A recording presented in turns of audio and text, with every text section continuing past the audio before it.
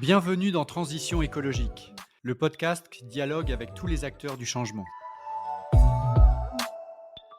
Je m'appelle Pascal Canfin, je suis député européen et je préside la commission environnement du Parlement européen. Dans ce podcast, je dialogue avec des responsables politiques, des chefs d'entreprise, des militants de la société civile et nous soulevons ensemble le capot de la transition écologique. Comment faire face à un enjeu d'une telle complexité ? Voilà la question clé qui sera le fil conducteur de nos échanges. Mon engagement ? Vous garantir un podcast sans fausse polémique, sans simplisme et tourné vers l'action. Mon souhait ? Créer de l'intelligence collective pour gagner la bataille de la transition écologique. Et il va sans dire que la participation de mes invités à ce podcast n'emporte aucune signification partisane pour ceux qui aimablement acceptent de répondre à mon invitation au dialogue. Je remercie le groupe Renew Europe pour le soutien apporté à la réalisation de ce podcast. Aujourd'hui, je reçois Emmanuel Faber, ancien patron de Danone, dont l'éviction a fait beaucoup de bruit. Il a accepté mon invitation pour parler transformation de l'agriculture, alternative au plastique et bien sûr évolution du capitalisme. Bonjour Emmanuel Faber. Bonjour Pascal Canfin. On se connaît depuis 10 ans. On s'est rencontrés lorsque j'étais ministre du Développement et on avait travaillé ensemble sur l'innovation dans les politiques du développement. Vous étiez déjà chez Danone. Et donc, je propose qu'on se tutoie, puisque dans la vraie vie, on se tutoie et que ce podcast a vocation à être authentique. Et donc, tutoyons-nous si tu en es d'accord. Eh bien, bonjour Pascal. Parfait. Alors, je voulais profiter de ce podcast pour que l'on puisse partager ton expérience assez exceptionnelle de patron de Danone pendant près de 10 ans, je crois. Et quelles leçons tu tires de cette expérience et aussi quelles leçons tu peux tirer de la façon dont ça s'est terminé. Et avant de rentrer dans le contenu des sujets, des obstacles que tu as rencontrés, évidemment une question personnelle. Comment vas-tu 6 mois après ce qu'on pourrait appeler quand même une éviction de la direction de Danone ? Merci Pascal. Écoute, oui, c'est bien une éviction et on pourra revenir. Je ne suis pas sûr que ce soit le centre le plus intéressant de notre discussion, mais je vais très bien. J'ai passé un été comme j'en avais rarement passé et c'est une rentrée qui n'est pas du tout en roue libre, qui est active, mais dans laquelle j'ai vraiment la liberté. C'est un privilège de choisir le temps que je passe et à faire quoi. Et notamment, je suis très content de passer ce moment avec toi. Parfait, je ne te poserai aucune question sur l'avenir puisque de toute façon tu n'y répondras pas. On va peut-être commencer par un premier sujet qui je sais te tient beaucoup à cœur, c'est la question agricole. Donc quand tu étais à la tête de Danone, quels objectifs t'étais-tu fixé pour contribuer à la transformation de l'agriculture et comment ? Écoute, moi je pense que l'économie, elle est au service de choses qui la dépassent largement. Et je dis ça parce que ça ne va pas complètement de soi qu'une entreprise agroalimentaire, ou d'ailleurs qu'une entreprise quelconque, cherche à modifier ou à transformer en profondeur ses modes opératoires. Après tout, le capitalisme semble avoir fonctionné depuis un certain temps. Il y a plein de gens qui s'en contentent tel qu'il est aujourd'hui. Et donc, c'est parce que j'ai fondamentalement cette vision qu'une entreprise est actrice d'un changement et a un impact, et bien sûr est impactée par son écosystème, qu'on s'est posé la question de à la fois notre responsabilité, mais aussi notre responsabilité en tant que dirigeant d'entreprise dans la résilience et la permanence de l'existence de ce métier qui repose sur extraire des ressources du sol. Ça commence par ça.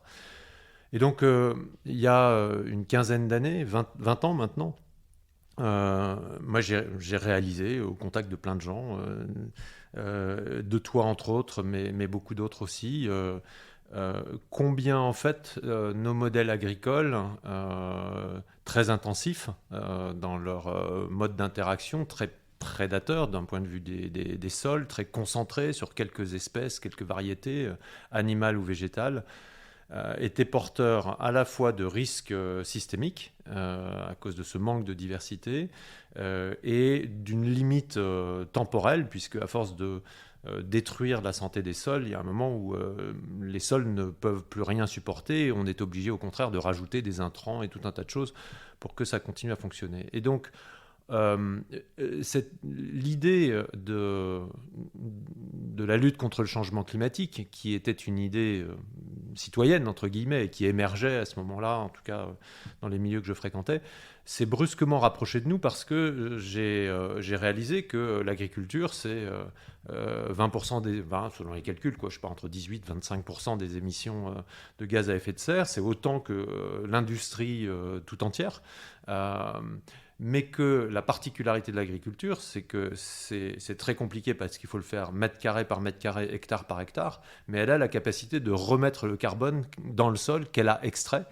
Et c'est ce carbone qui représente 60% de la matière organique du sol qui assure à la fois sa structure, sa capacité à absorber et à garder l'eau, sa capacité à fournir les microbiomes et les nutriments qui, demain, continueront à soutenir la croissance végétale. Donc c'est ce cycle-là qu'on a entamé en 2008-2009. Et qui nous a graduellement d'abord amené à poser des équations carbone et une ambition carbone de 2010 à 2020 et puis plus long terme, à mettre du bonus pour tous les managers de Danone sur leur empreinte carbone avec un calcul qu'on a appris à faire, qu'on a développé avec SAP, qui est devenu d'ailleurs un des standards de l'industrie depuis. Et graduellement, on a avancé sur le volet agricole de ce carbone, puisqu'il y a d'autres choses, il y a le plastique, on pourra en parler, etc. Mais nos propres énergies, bien entendu. Et graduellement, on a construit, je dirais à la fois des convictions et des expérimentations pratiques qui montraient qu'au travers de ce qu'on a fini par appeler l'agriculture régénératrice, on est passé par l'agroforesterie, le bio, enfin tout un tas de choses. On s'est aperçu qu'il y avait des modèles rentables de transition agricole qui permettaient de recréer de la biodiversité cultivée. Si on a un moment, je voudrais vraiment évoquer cette question-là, je pense qu'elle est fondamentale, en commençant par la biodiversité dans le sol et la santé des sols.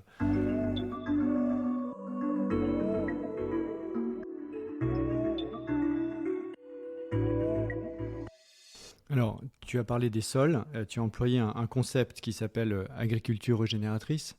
Peut-être que tu peux le développer un petit peu parce qu'il n'est pas nécessairement le plus connu dans le grand public. Donc l'agriculture régénératrice, c'est un ensemble de pratiques, c'est pas un label, c'est un ensemble de pratiques agricoles qui repart de l'idée que tout commence dans le sol. Donc ce que l'on cherche à faire, c'est à régénérer la santé des sols, qui est très dégradée un peu partout dans le monde. 30 à 40% des sols sont dégradés. Aux États-Unis, c'est 70 à 90% selon les régions. En France, c'est entre 15 et 20 ou 30%. Donc des niveaux de dégradation qui sont alarmants quand on regarde le moyen terme et qu'il est urgent d'adresser parce qu'avec le changement climatique, ça va être de plus en plus compliqué. Il y aura de moins en moins d'eau, il va faire de plus en plus chaud. Donc l'agriculture régénératrice, la première chose, c'est vraiment l'aspect santé des sols, remettre le carbone dans le sol avec des pratiques qui sont déjà connues. On n'invente quasiment rien, il s'agit simplement de mettre en place l'agriculture de conservation, les cultures de rotation, avec toute la question de leur valorisation. On pourra parler après de qu'est-ce qui marche et qu'est-ce qui ne marche pas, enfin ce qu'il faudrait arriver à fixer. Le non-labour autant qu'on peut, utiliser des plantes gélives quand on peut le faire parce que ça remplace avec des adventices qui remplacent l'utilisation d'herbicides, etc. Ça, c'est un premier socle. C'est vraiment le socle de remettre de la valeur dans le sol, régénérer les sols. Le deuxième sujet, c'est régénérer la diversité agricole. Parce qu'on parle beaucoup de biodiversité sauvage, et à raison. Le taux de disparition des espèces est incroyable. D'un autre côté, on ne regarde pas, et de mon point de vue, on n'a pas du tout vu le lien qui existe avec le fait que l'humanité se nourrit avec une vingtaine d'espèces de plantes, dont 5 très très grandes récoltes, pour l'essentiel des céréales, qui représentent les 2/3 de nos besoins caloriques mondiaux, et à l'intérieur de chacune de ces espèces, avec un nombre de variétés extrêmement limité. À l'inverse de ça, dans le Yunnan, l'INRAE a sorti une étude avec un laboratoire associé dans le Yunnan, donc en Chine, culture du riz, un millénaire, aucun problème de pandémie majeur, parce qu'il y a 2 espèces de riz, mais il y a 140 variétés différentes à l'intérieur de ces 2 espèces. Et donc, pendant un millénaire, on a réussi à tenir, grâce à la variété de ce qui est mis en champ, pas avoir des vieilles semences dans des banques de semences ou des musées Svalbard qui prennent l'eau parce que tout dégèle dans l'Arctique. C'est pas ça le sujet. La biodiversité, elle est vivante et elle fonctionnera si on l'a dans les champs. Alors justement, donc je pense qu'on a à peu près compris quels étaient les objectifs. Nous, en Europe, sur la partie stockage du carbone, on va prendre des initiatives législatives qui vont permettre de valoriser l'agriculture régénératrice qui stocke le carbone dans les sols et qui va donc le valoriser pour les agriculteurs. Et tu as évoqué la question des modèles économiques. Donc concrètement, est-ce que ces pratiques qui sont meilleures pour la biodiversité, meilleures pour le climat et meilleures pour les sols, est-ce que Danone les payait plus cher aux agriculteurs, ou est-ce que vous demandiez aux agriculteurs de faire un effort sur leurs marges dont on sait qu'elles sont particulièrement faibles? Non, on payait directement. Non seulement on finançait la transition, on l'a fait dans le bio avec toute l'activité alimentation infantile de Danone en France. On est passé à du bio local en convertissant massivement des centaines d'exploitations agricoles, que les agriculteurs ont converti grâce à nos financements, parce que les financements publics ne sont ni suffisants ni ne vont assez vite et assez loin. Et on s'est engagé bien sûr sur les volumes et les prix auxquels on allait acheter ensuite. Je le dis parce que je suis absolument persuadé qu'au bout, il y a une rentabilité. Au bout, la sauvegarde et la réintégration, je reprends juste encore un exemple, pardon, sur la diversité, mais la disparition des apparentés sauvages, des variétés que nous utilisons dans les champs, elle est caractérisée. En Europe, elle touche par exemple les fèves. 1/3 des fèves, des espèces de fèves, des variétés sauvages qui voisinent dans les forêts, les champs inutilisés, etc. Celles que nous exploitons dans nos champs domestiqués, on va dire, 1/3 sont en menace d'extinction. La vanille, c'est 100% des apparentés sauvages sont en menace grave d'extinction. Le cacao, c'est le cacao et le café, 80%. Or, il y a en particulier une variété de café sauvage qui a un goût proche de l'arabica et qui a les mêmes rendements que l'arabica d'aujourd'hui avec 6,5 degrés de température additionnelle.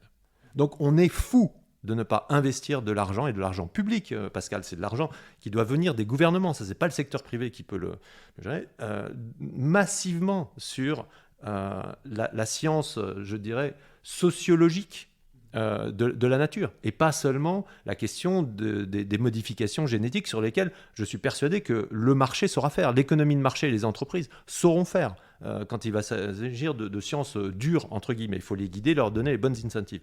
Mais il est très très important de travailler sur ces questions qui sont finalement beaucoup plus soft, invisibles, et que l'économie de marché ne saura pas prendre, parce que, je termine sur cette question du modèle économique, au bout du bout, ce sera rentable. C'est-à-dire que si les caféiers, les marques de café n'aident pas aujourd'hui en Afrique les changements de gamme, il n'y aura plus qu'une seule solution, c'est monter de 1000 mètres d'altitude pour le faire, et 1000 mètres d'altitude, les montagnes, c'est pointu, donc à 1000 mètres, il y a moins de surface qu'à 0 mètre. C'est aussi simple que ça. Donc soit une explosion des prix, soit une baisse tout simplement de la consommation de café.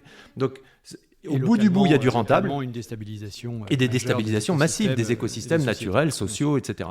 Donc c'est cet accompagnement, je pense, d'une Europe stratégique sur les choix qu'elle fait et qu'elle aide le secteur privé à faire, qui est nécessaire.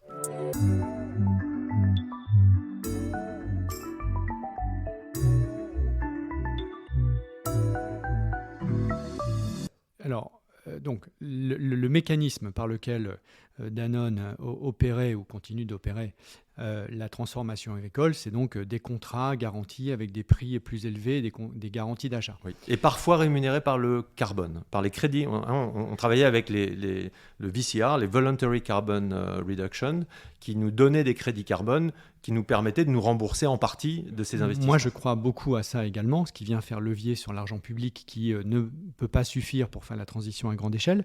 Qu'est-ce qui fait qu'aujourd'hui, ce modèle-là n'est pas déployé partout par les concurrents de Danone, par la grande distribution pour changer d'échelle les pratiques agricoles? Alors, il ne l'était pas il y a 10 ans. On a créé une coalition sur les sujets de biodiversité il y a 2 ans, qui a été rejointe par 25 des plus grandes entreprises qui, comme je le disais au départ de notre conversation, tirent leurs produits du sol, donc du textile, du luxe, de la cosmétique et bien entendu de l'agroalimentaire. Bon, Nestlé a annoncé il y a 1 an qu'il basculait partout en agriculture régénératrice à horizon 2030 avec un premier pavé le plus important pour eux qui est celui de l'Europe et la France d'ailleurs. Pepsi a annoncé au congrès mondial de l'UICN qu'ils faisaient la même chose sur tout leur maïs, leurs céréales, etc. Voilà. Donc ça y est, l'industrie s'y met.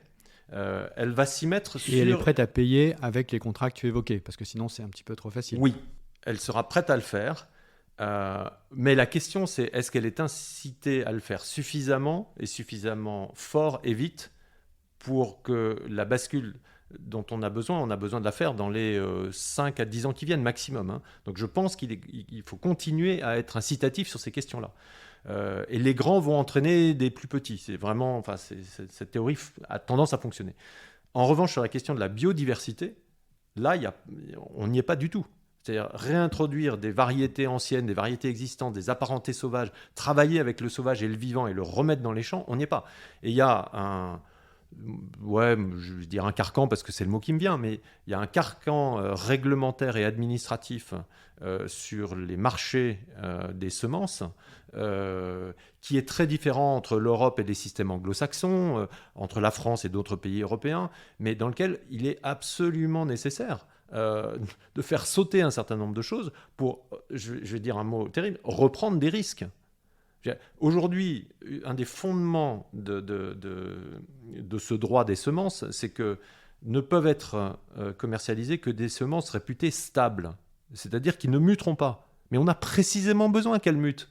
Si elles ne mutent pas, elles sont mortes demain. On ne pourra plus avoir de maïs au sud de la ligne La Rochelle-Valence en France. En tout cas, pas le maïs d'aujourd'hui, c'est pas possible. Donc, il faut absolument qu'on accepte de reprendre le risque du vivant. Et ça suppose de créer, bien entendu, c'est des révolutions politiques, mais c'est aussi des révolutions démocratiques. Il faut qu'il y ait un consensus démocratique qui s'installe autour de ça. Et on le voit naître, et je trouve que les élections européennes les plus récentes ont montré qu'il y avait des choses qui bougeaient de ce point de vue-là. Et d'ailleurs, la question du risque est fondamentale, puisque tout le système agroalimentaire consiste justement à supprimer les aléas, à supprimer les risques. Et ce que le changement climatique notamment réintroduit, c'est qu'au fond, on ne peut pas les maîtriser, ces risques. Et donc, on doit s'adapter. Ça fait partie des questions fondamentales qui sont devant nous.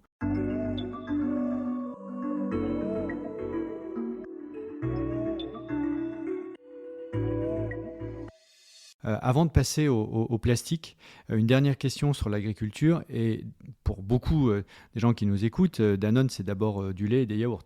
Donc, ce n'est pas des céréales, ce n'est pas des sols, c'est d'abord de l'élevage. Donc, l'élevage, on le sait, c'est sans doute le secteur agricole qui est le plus challengé, je dirais, sur son impact environnemental. Et on parle beaucoup de la viande, mais assez peu du lait. Et quand on regarde les mesures d'impact, on a souvent des mesures d'impact sur l'élevage bovin qui finit dans l'assiette d'un steak que l'on mange, mais on mesure beaucoup moins l'impact des vaches laitières qui finissent aussi en steak haché ou en lasagne. Et donc, comment Danone non seulement mesurait cet impact, mais ensuite mettait en place des outils concrets pour diminuer l'impact de l'élevage? Oui. Alors, d'abord, oui, je commençais par ça. En effet, l'élevage est l'un des facteurs d'émissions les plus importants de l'agriculture. Hein. et la biomasse bovine est devenue déraisonnable à l'échelle de la planète. Dans le secteur laitier, ce qu'on a mis en place, ce sont des changements de ration animale, parce qu'il y a une corrélation très directe entre les rations qui peuvent être du soja, du maïs, du grain, ou de l'herbe, ou de la luzerne, ou d'autres extraits, ou des graines de lin, par exemple, qui, dans les processus de rumination, ont des effets extrêmement différents. Et donc, basculer... En fait, les vaches, pour simplifier, ne sont pas faites pour manger du soja, pas plus d'ailleurs que du maïs au départ. Et donc, repasser à des modes agricoles dans lesquels, on produit plutôt des protéines sur la ferme plutôt que d'acheter, ça a d'autres avantages, y compris carbone, en termes d'impact carbone de cet élevage. Puisque l'Europe dépend à 70% de soja, enfin en tout cas de protéines qui sont à grande destination de l'élevage bovin pour la viande et pour le lait, d'Argentine, du Canada, du Brésil, enfin avec des questions de déforestation et certainement des questions de carbone. Donc produire du soja en Normandie, on le fait, je pense que c'est important et c'est évidemment ce qu'il faut faire pour demain, d'autant plus que si malheureusement les températures montent un peu en Europe, ce sera encore plus facile de le cultiver.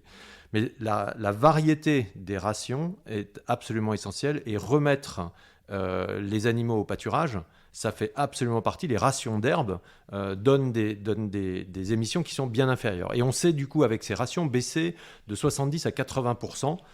Il y a d'autres mécanismes, il y a des enzymes par exemple qui peuvent être utilisés dans les rations et qui baissent la production de gaz entérique. Le deuxième mécanisme... Mais ça veut dire que Danone passait des contrats avec les éleveurs laitiers, ouais des contrats avec les éleveurs laitiers, oui. Exactement pour faire ce que tu décris. Oui, absolument. Pour les inciter à faire ça, et de nouveau, avec au bout des engagements, un contrat, enfin, ouais. On a des programmes comme Les Pieds sur Terre, les fermes bas carbone France, on a été pilote de ça, etc. Le deuxième levier, pour des tailles d'exploitation un peu plus grosses, mais ça dépend aussi des schémas d'élevage, c'est la méthanisation. Avec des élevages un peu plus importants qu'en France, d'autres modèles comme aux Pays-Bas ou en Allemagne, où les troupeaux sont en moyenne 2 fois plus gros, on commence à avoir une réalité économique possible avec la méthanisation au niveau de la stabulation, qui permet aussi de limiter ça. Au bout du bout, moi je n'ai aucun doute sur le fait que il faut on ne transformera pas l'agriculture si on ne transforme pas aussi les pratiques alimentaires. Et c'est pour ça aussi que chez Danone, on a fait l'acquisition du leader mondial des protéines alternatives, végétales, et du bio, parce que pour moi, c'était essentiel qu'on accompagne cette évolution des diètes, sachant que la caséine de lait a une propriété très particulière en tant que protéine, c'est que c'est la seule qui, des 16 aminoacides essentiels pour nos équilibres alimentaires, les possède tous en excès. Donc elle est considérée comme un aliment dit de protection, et c'est considéré comme ça dans le monde entier. Moi, je ne considère pas que tous les adultes, en Europe en particulier, ont besoin de cette protection. En revanche, c'est illusoire, je pense que c'est illusoire de se dire qu'à l'horizon, je sais pas, de 2 prochaines générations d'agriculture, on puisse se passer de l'élevage. Ce n'est pas ça mon propos. Mais réduire très très fortement et changer les pratiques d'élevage, encore plus dans la viande que dans le lait, mais dans le lait, oui aussi, ça fait vraiment partie des équilibres sur lesquels il faudra, de nouveau, il faudra des accompagnements et des incentives pour que ça puisse se mettre en place. Justement, ce que tu dis fait écho à 2 choses que je pense très importantes et qu'on est en train de mettre en place en Europe. La première, c'est la première loi européenne pour mettre fin à la déforestation importée. Tu évoquais à l'instant le soja qui est massivement importé pour nourrir notre bétail, ce qui contribue fortement, on le sait, à la déforestation de l'Amazonie. Et donc on veut progressivement arrêter ce type d'importation si elle contribue à la déforestation et si elle n'est pas capable de montrer qu'elle n'a pas, au contraire, été sur des pratiques qui n'ont pas déforesté l'Amazonie. Et puis évidemment relancer un plan protéines en Europe à travers la nouvelle politique agricole commune pour produire davantage de protéines chez nous. Et le deuxième élément que ça évoque chez moi par rapport à mon action politique, ce que tu viens de dire, c'est la réforme de la PAC et les éco-régimes qui commence à s'apparenter. Alors, on va les tester. C'est la première fois que l'on met en place une différenciation des aides publiques directes aux agriculteurs en fonction du verdissement de leurs pratiques. c'est quelque chose qui a un potentiel transformationnel très important. Et si on arrive à bien le coupler avec ce que tu viens de dire sur les pratiques des grands industriels de l'agroalimentaire, des grands distributeurs, c'est-à-dire des grands acheteurs finaux, ça peut faire levier, ça peut faire système et ça peut emmener les pratiques en amont, que ce soit sur les sols, que ce soit sur l'élevage, vers quelque chose de plus vertueux. C'est ça la théorie du changement en quelque sorte, et je pense qu'on est en train pour la première fois de poser vraiment les briques essentielles de ce changement de pratique à grande échelle. Et merci de faire ça, Pascal, ce que tu fais avec la Commission environnement du Parlement. Moi, je pense que c'est essentiel. Tu as sans doute vu, il y a quelques jours, sortir un rapport sur la question des subventions agricoles porté par 3 agences de l'ONU, dont la FAO, et qui, pour la première fois, à la fois de façon commune et très explicite, remet fortement en cause le modèle des subventions agricoles à l'échelle mondiale. C'est-à-dire que c'est impératif qu'on passe d'un modèle où on subventionne globalement de l'agriculture reposant sur des énergies fossiles, avec des intrants, des fertilisants, etc., et qu'on passe à des subventions qui, comme j'espère les écorégimes le permettront, vont inciter à la biodiversité et au retour du vivant dans l'agriculture. Je pense qu'on est au début de l'alignement des politiques publiques vers cet objectif, ce qui n'était pas du tout le cas il y a 10 ou 20 ans. Un autre sujet qui était important pour Danone et pour toi, c'était la question du plastique. Et avant d'élargir les sujets, notamment au capitalisme responsable et à la financiarisation de l'économie, qui a été un élément important au moment où tu es parti du débat, un mot sur les plastiques, parce que Danone, donc je le disais, c'est du lait et puis c'est des pots de yaourt, pour l'imaginaire dans le grand public et dans les produits que nous consommons. Et donc, en tant qu'immense producteur de pots de yaourt très largement non recyclables pendant très longtemps, comment tu évalues ta responsabilité en tant que PDG de Danone sur la prolifération des déchets plastiques ? Je ne sais pas si je l'évalue, mais je la prends, ma responsabilité, parce que je considère que, de nouveau, si des entreprises qui ont une telle taille et une telle capacité d'entraînement que Danone dans son secteur ne prennent pas le leadership de la transition, elle ne se fera pas. Si à l'inverse même on essaye de faire exactement l'inverse et de faire en sorte que le statu quo reste, on va faire durer le statu quo. Donc c'est une responsabilité qui est claire. Après on la prend ou on la prend pas. On a choisi de la prendre et on se retrouve, je le disais, un peu comme sur la question des céréales, avec des semences, avec cette question du risque. Le plastique, c'est une matière qui a été considérée comme magique, entre autres parce qu'elle règle parfaitement, en tout cas pour des produits qui sont humides et dans la chaîne du froid, que sont les yaourts, des produits fermentés. Elle règle parfaitement les problèmes sanitaires pour tout le monde. Une fois que c'est fermé à chaud, on est tranquille. C'est pratique, c'est léger, ça voyage bien, on peut y mettre des coloris, ça peut être joli. En tout cas, les générations précédentes le pensaient. Voilà. Donc tout militait pour qu'on ne bouge pas là-dessus. Et dans l'eau, tu mentionnais les plastiques, mais il y a aussi l'eau, bien entendu. Et c'est surtout du côté de l'eau que les questions se sont posées d'abord, avec nos grandes marques d'eau un peu partout dans le monde. Et donc oui... comment est-ce qu'on a fait ? La première des choses, c'est qu'on s'est mis en route sur la réduction du poids, le grammage, l'innovation. Alors là, jusque-là, c'est compliqué à faire techniquement, mais c'est assez facile en termes de business model, parce qu'on utilise moins de matière, ça coûte moins cher, c'est plus efficace, donc c'est mieux. Bon, voilà. Et ça continue. On l'a entamé il y a très longtemps, avec des coopérations d'ailleurs avec d'autres entreprises du même secteur, pour mettre ensemble la capacité à aller plus vite pour descendre vers ça. Deuxièmement, on a commencé à regarder des matériaux recyclables. Alors c'était déjà le cas avec le PET dans les bouteilles d'eau en plastique transparent, mais du coup on est rentré sur du bio-PET et sur l'adjonction graduelle et maintenant désormais on va jusqu'à 80-90% sur certaines bouteilles de bioplastique, c'est-à-dire qui sont des polymères issus de déchets de l'agriculture. Et non pas de culture faite pour ça. Non, c'est pas comme les biofuels, c'est vraiment issu du déchet, de la canne à sucre par exemple, de l'amidon, des choses comme ça. Et puis, bien entendu, l'utilisation du plastique recyclé, qui est devenu, en 5 ans, c'est devenu mainstream, dans l'eau, je parle de l'eau. Là. Et je voudrais au passage dire un truc sur la Commission européenne, c'est que quand la directive sur l'utilisation des plastiques à usage unique est sortie, elle a pris tout le monde de court. C'est-à-dire que d'habitude, il fallait 3 ans pour faire une directive à Bruxelles. Ça a été extraordinairement rapide. 3 semaines. On a, franchement, au point que, et on en a déjà parlé, j'estime qu'il y a un certain nombre de choses qui sont allées trop vite et on s'est coupé pour le futur, avec cette interdiction à 2040, des solutions, en particulier en matière de bioplastique, mais je ne sais pas l'objet de la discussion d'aujourd'hui, mais n'empêche que c'est un moment où le politique a pris de court tout le monde a pris ses responsabilités, et ben voilà, il n'y a plus qu'à, quoi. Maintenant, donc on fait. Un peu sous la contrainte, dans le temps, c'est bancal parfois, mais ça avance. Et donc, sur la partie PET, pour les boissons, je pense que le train est vraiment parti. Danone, et pas seulement Danone, plein d'autres grands acteurs des boissons.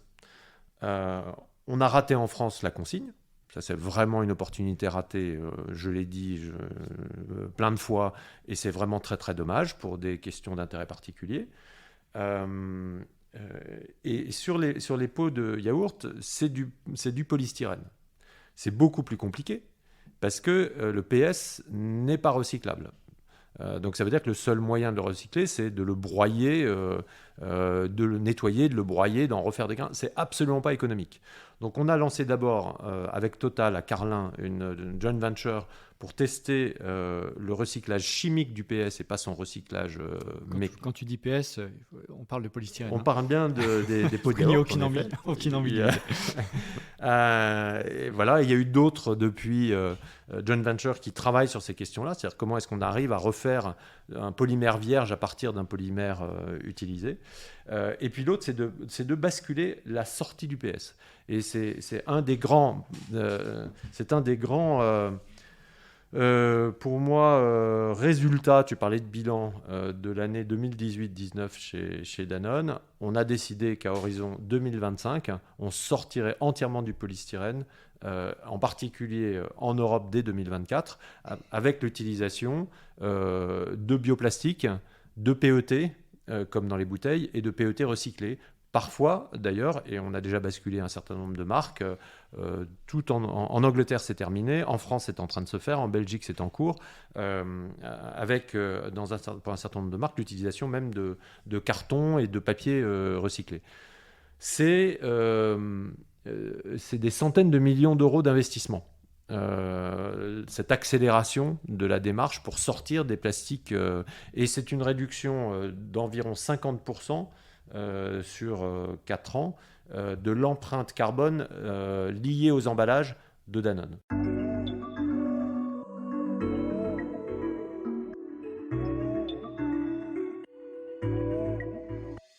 À chaque fois qu'on évoque un sujet, la question du coût arrive. Et et ça fera, je pense, une bonne transition avec l'élément qui a peut-être été l'élément déclencheur de ton éviction de la direction de Danone, à savoir si c'est plus cher pour vous, c'est moins rentable, si c'est moins rentable, c'est moins profitable, et in fine, les actionnaires commencent à râler, et à la fin, la direction est débarquée. Est-ce que le schéma que je viens de décrire correspond à la réalité que tu as vécue, ou est-ce que c'est plus compliqué que ça, et est-ce qu'on peut faire cette transition, la leçon que tu tires de ton expérience, est-ce qu'on peut vraiment faire la transition à grande échelle quand on est un groupe international comme Danone, assumer à la fois ses responsabilités et les coûts qui vont avec, au moins à court, moyen terme, même si à long terme, on peut avoir un business model, mais les actionnaires vont dire à long terme, ça ne sera pas moi, on verra demain, et en attendant, ça ne marche pas. Donc, est-ce que cette équation-là, tu es heurté au court-termisme du capitalisme financier, ou est-ce que c'est une grille de lecture qui a été faite au moment de ton départ qui ne correspond pas au fond à ce que tu as vécu ? On va aller du particulier au général pour que ce soit intéressant cette discussion. Le particulier, c'est la lecture qui en a été donnée, mais ça n'est pas la réalité. Ce qui s'est passé, c'est que nous avions voté en 2020 avec 99% des actionnaires soutenant le changement de statut de l'entreprise à entreprise à mission, la première entreprise à mission cotée, la plus grosse, bon, etc. Avec des effets positifs sur lesquels on ne va sans doute pas avoir le temps de s'étendre aujourd'hui, mais qui était extrêmement logique par rapport à ce qu'on a poursuivi, la certification B Corp qui était encore en cours, dont on a accéléré le calendrier. Mais on s'est heurté dans le cadre de la crise du Covid à des catégories de produits parce qu'il y a des canaux qui ont été ouverts, fermés par les gouvernements d'ailleurs mondiaux, qui nous ont plus affaiblis à court terme que nos concurrents. Et donc le cours de bourse à court terme a réagi de façon négative, en particulier sur la question des naissances que personne ne voyait venir, mais qui est apparu, c'est que les gens ont acheté des chats et des chiens et ont arrêté de faire des bébés. C'est ce que tu m'as expliqué un jour. Et quand on est leader mondial de l'alimentation infantile, ont démarché sur l'alimentation animale et donc ont pu se refaire en quelque sorte, ce qui n'était pas le cas d'Anne. Voilà. Donc ensuite, il y a des gens qui, de façon opportuniste, voyant le cours de bourse baisser, se sont dit c'est le moment de faire quelque chose. Et ce qu'il faut simplement souligner dans ce cas-là, pour expliquer pourquoi ça n'est en effet pas une question des actionnaires majoritaires, c'est que en fait, le conseil a été d'une extraordinaire faiblesse en face d'actionnaires qui détenaient tout au plus 2% du capital. Et à l'intérieur même du conseil, ça a servi des intérêts et des opportunismes qui y ont vu une fenêtre d'opportunité, à telle enseigne que finalement, bien au-delà de la question de mon éviction, le point d'orgue de cette bien triste histoire, c'est que l'ensemble du conseil de Danone s'est sabordé le 29 juillet en annonçant qu'il était totalement démissionnaire, puisqu'il avait perdu toute crédibilité vis-à-vis des 98% des actionnaires qui, eux, soutenaient l'action que nous menions. Donc ça n'est qu'une... c'est ton cas particulier. Oui, voilà, c'est le cas particulier. Mais je dis que c'est super important. C'est super important parce que si on se dit que même Danone, même Faber n'a pas réussi, alors personne ne peut essayer. Non, c'est pas du tout le cas. Donc, ce que je peux dire et ce que je vois et ce dont je suis témoin autour de moi et notre expérience l'a montré, c'est qu'il y a une bande passante pour faire ces changements.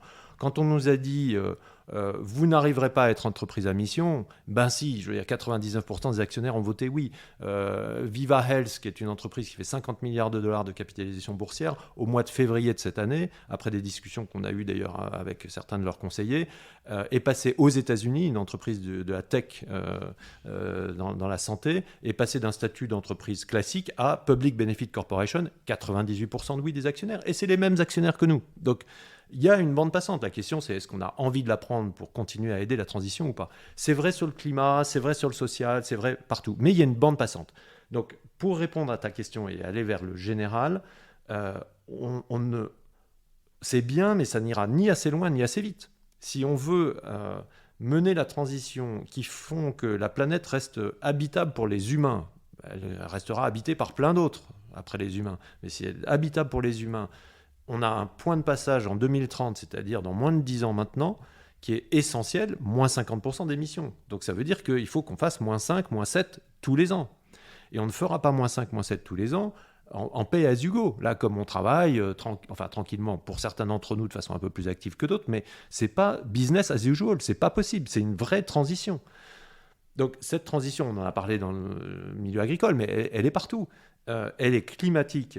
Et je suis assez optimiste sur le fait que les forces de changement sont en train de se mettre en place et que ça va avancer. Mais tout de suite après, dans le comment, elle est sociale. Parce que les personnes qui sont aujourd'hui économiquement les plus vulnérables vont être aussi, dans l'ensemble, les plus vulnérables dans cette transition. Donc, ça veut dire que le système, l'économie de marché ne va pas y arriver toute seule. Elle a besoin de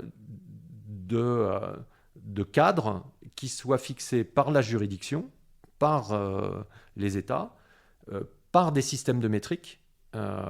Je pense que la prochaine étape absolument essentielle, c'est l'adoption de métriques, de normes extra-comptables qui soient opposables, auditables. aux investisseurs et qui... Je reviens sur Oui, ça. bien C'est sûr. exactement ce qu'on est en train de faire en Europe. On est en train de réviser ce qu'on appelle la directive du reporting non financier dans le jargon, exactement pour faire ça. C'est-à-dire l'objectif, c'est de le rendre auditable, opposable, avec des données qui ensuite sont totalement intégrées, internalisées par les investisseurs et qui engagent la responsabilité à terme de l'entreprise.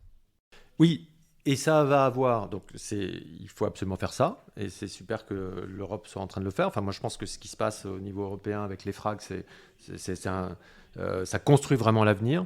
J'ai plus de questions sur la vitesse à laquelle on va, parce que je pense que c'est très, très urgent que les très grandes entreprises y aillent.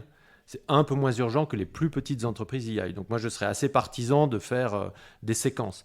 D'autant que du côté des Américains, le système comptable américain s'est équipé pour faire sa propre version de cela déjà, mais en visant exclusivement les grandes entreprises cotées, c'est-à-dire 300 ou 500 entreprises.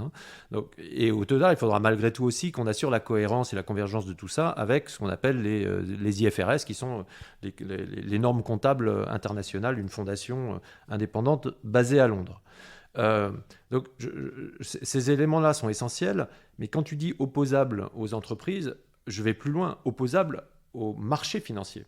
Parce que le jour où toutes les entreprises reportent le carbone de la même façon, nous on avait fait le choix de publier un résultat, un bénéfice ajusté de la charge carbone. Mais c'était une norme comptable qu'on avait créée nous, quoi, tout en le disant et en l'expliquant. Et c'était très intéressant d'ailleurs le débat que ça a créé. Mais admettons que demain cette norme comptable soit vraiment une norme.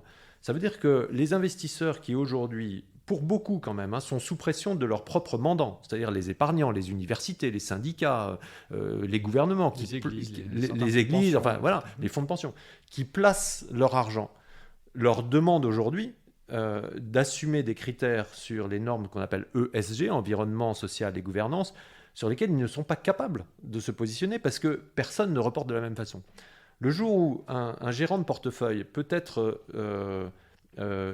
évalué non seulement sur la performance boursière de son portefeuille, mais sur la performance carbone, parce que toutes les entreprises reportent le carbone. Donc tu prends l'année N et tu prends l'année N plus 1 et tu fais la différence. Et du coup, ça veut dire que ce fonds-là, il a peut-être été moins performant en termes de réduction carbone que le fonds de son concurrent. Et donc, quand on va chercher quand ces mandants, quand ces gens qui placent leur argent vont chercher aussi à avoir de l'impact et pas seulement de la performance financière, ben, ils vont mettre de l'argent plutôt chez celui qui a plus fortement réduit ou accompagné cette réduction. Et d'ailleurs, ça va créer des incentives pour que les investisseurs, du coup, posent des questions aux CEO, aux patrons et patronnes sur leur stratégie climat et s'assurer que les ambitions de réduction carbone qu'ils ont bien mis là, comme ils font de la guidance sur leurs résultats nets par action, ils feront de la guidance sur leurs objectifs de réduction et ils vont être tenus de les faire. Donc, tu resynchronises la finance avec l'économie et l'économie avec le besoin urgent de cette transition. Alors ça, c'est tout ce qu'on appelle l'agenda de la finance verte en Europe, ailleurs aussi aux États-Unis maintenant, mais l'Europe, je pense, est le leader mondial sur ces sujets. Donc il y a plusieurs éléments. Le premier, c'est ce que tu évoquais, à savoir le reporting non financier. Donc il y a une directive qui est en train d'être négociée et modifiée, notamment pour obliger les entreprises, les grandes entreprises qui opèrent en Europe, et j'insiste, ce n'est pas uniquement les entreprises européennes, même si c'est une entreprise américaine ou brésilienne ou chinoise, mais si elle opère en Europe, elle est concernée, parce que sinon on crée deux standards, non seulement faire le reporting que tu évoques de manière standardisée, mais en plus à avoir un plan de transition vers les 2 degrés. Ça veut dire qu'on va progressivement mettre tout le monde dans une même grammaire, consistant à dire non seulement vous devez réduire, mais vous devez nous dire et dire à vos investisseurs, à vos actionnaires, comment dans la durée, quelle est votre stratégie pour aligner progressivement vos modèles économiques sur l'accord de Paris. Ça, c'est quelque chose qui est, je pense, absolument fondamental dans la révision de cette directive. Et puis, il y a un deuxième sujet qui sont les normes comptables. Là aussi, c'est un sujet européen, international. C'est un sujet que les responsables politiques ignorent assez largement. Or, je suis absolument persuadé à titre personnel que c'est fondamental pour les raisons que tu as évoquées. Et d'ailleurs, l'initiative de Danone, je vais rebondir dessus pour avoir une sorte de double comptabilité, une comptabilité financière et ensuite un résultat financier ajusté du résultat carbone. Je pense que c'est une très bonne voie. Une question quand même sur l'expérience que tu as vécue par rapport à ce qu'on appelle la financiarisation du capitalisme. Est-ce que lorsqu'on est patron d'un grand groupe qui opère une transition et qui investit pour la transition écologique, on a parlé plastique, on a parlé agriculture, élevage, etc., qui donc de fait génère des coûts d'investissement à court terme supplémentaires. Est-ce qu'il y a une pression négative de la part d'un écosystème qu'on pourrait appeler de manière caricaturale peut-être, mais tu nous le diras, capitalisme financier court-termisme? Est-ce que c'est un obstacle ou est-ce que finalement, c'est vrai dans les discours peut-être politiques parfois, mais dans la réalité d'un chef d'entreprise qui a vécu ce sujet et ce changement de pratique, il n'y a pas eu d'obstacles qui ont fait dérailler le chemin que tu essaies de construire?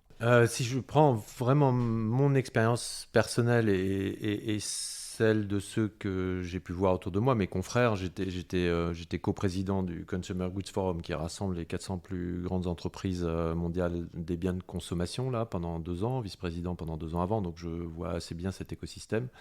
Je pense que cette pression existe, elle est permanente. Comme je le disais tout à l'heure, je pense qu'il y a une bande passante. Mais la problématique, c'est lorsqu'il y a des effets d'inflexion dans l'évolution de l'environnement ou des conditions opératoires. C'est-à-dire que tant qu'on est dans, je dirais, une courbe relativement linéaire, la bande passante autour, tout le monde la voit à peu près, et certains l'exploitent, certains ne l'exploitent pas, mais globalement, ça rentre. Le jour où il y a une dérivée seconde et que la courbe s'accroît et que du coup la bande passante, la courbe sort de cette bande passante, c'est là qu'il y a des débats. Et c'est là que la question de est-ce que l'économie investit et est-ce que les entreprises investissent strictement pour elles-mêmes ou est-ce qu'elles investissent un peu plus largement pour leur écosystème parce que l'écosystème, c'est vital pour une entreprise. Et est-ce qu'elles investissent bien sûr pour le court terme, mais est-ce qu'elles investissent aussi pour le moyen et long terme parce que ça va devenir vital pour l'entreprise? C'est vraiment ça toute la question. Et moi, je trouve qu'on est à des points d'inflexion. On l'a été sur le plastique dans notre cas, par exemple. Mais je sens très bien que plus généralement aujourd'hui, on est sur des points d'inflexion où les mécanismes des marchés financiers luttent pour conserver une sorte de myopie assez confortable, d'autant plus qu'ils n'ont pas vraiment les métriques, ils n'ont que leurs convictions pour pouvoir observer ou enlever ses œillères et commencer à regarder très très sérieusement l'avenir au point de dire « Ok, on est prêt à ce que les rendements, ce soit plutôt du 5 à 7 ans ou du 7 à 10 ans que du 2 à 3 ans. » Donc c'est vraiment dans ces moments de rupture que je pense qu'il est... le système financier tel qu'il fonctionne aujourd'hui n'est pas capable d'accompagner seul ces changements-là.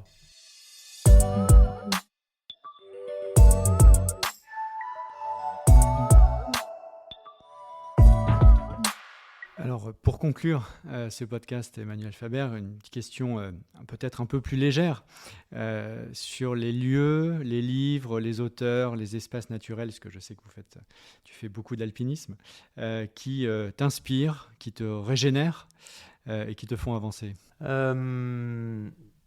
J'ai lu Baptiste Morisot récemment, qui a écrit... pas mal de bouquins, mais notamment un qui s'appelle « Manière d'être vivant » et que j'ai trouvé extrêmement régénérant sur la diplomatie entre les espèces nécessaire si nous voulons tous continuer à vivre ensemble sur cette petite planète. Sur les espaces, au-delà de 3000 mètres d'altitude, je me sens très bien. Bon, on va essayer de rester à la fois à 3000 mètres d'altitude et les pieds sur terre. Absolument. Pour changer, non pas sauver la planète, parce que la planète s'en sortira très bien sans nous, mais sauver simplement nos capacités de vivre à 6, 7, 8, 9, 10 milliards demain sur cette petite planète. Merci beaucoup Emmanuel Faber et à très bientôt. Merci Pascal, à bientôt.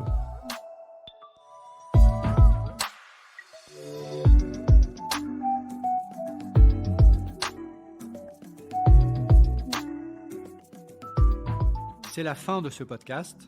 Merci à vous de l'avoir écouté et merci au groupe Renew Europe pour son soutien. N'hésitez pas à vous abonner, à poster vos commentaires et le lien vers ce podcast avec le hashtag Transition écologique. À bientôt pour un nouveau dialogue avec les acteurs du changement.